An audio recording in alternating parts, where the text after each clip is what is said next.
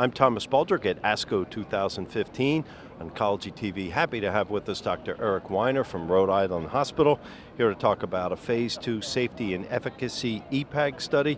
Thank you, sir, for stopping by. Oh, it's my pleasure. So give us some background on this study. Well, so we devised this study because patients that have solid tumors that get a drug called gemcitabine tend to have severe problems with having low platelet counts. And when they have these low platelet counts, they have a decreased ability to get their chemotherapy on cycle. Eltrombopag is a relatively novel thrombopoietin receptor agonist. And so what it does is it stimulates the bone marrow to make more platelets. It's been approved for aplastic anemia, it's been approved for ITP, but chemotherapy-induced thrombocytopenia is an unexplored area, and it's also a significant problem for patients. And so the impetus for this trial was to try to help those patients get their chemotherapy on cycle and ideally get better effects in the long term. How did you go about doing this study? How many patients, et cetera?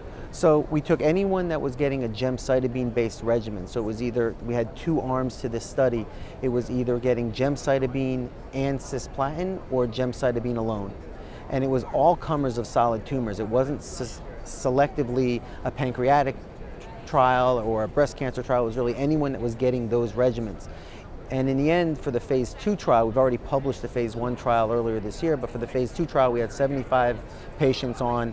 52 of them received the chemotherapy with Eltrombopag, which is the study drug, and then another 23 were more as a control for safety issues.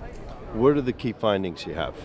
Well, the key findings that we had was that for patients that received Eltrombopag, there was a much decreased level of thrombocytopenia in these patients. But more importantly, they were able to not have as many missed cycles or missed treatments. So patients for above all 1 through 6 chemotherapy treatments, about 29% of those patients had a had a delay of their dose in the Eltrombopag group, but between 57 and 67% of patients that didn't get Eltrombopag had a dose delay. So there's a significant difference between those two groups. The other thing that was rather interesting is that because Eltrombopag has a improvement in aplastic anemia, and therefore there's a stem cell signal, we also saw an increase in what we call trilineage hematopoiesis, which means that we saw decreases in the amount of anemia and decreases in the amount of neutropenia, saying that there really was an effect not just on the platelet line, but also on the other cell lines that come from the bone marrow. So what follow-up work might you do? Well, so the next portion would be to look at this in one particular disease entity. One of the difficulties with interpreting the data that we have is that there were a number of different diseases. There was breast cancer, there was bladder cancer, there was pancreatic cancer. It's very difficult to compare overall survival when you have different cancers throughout.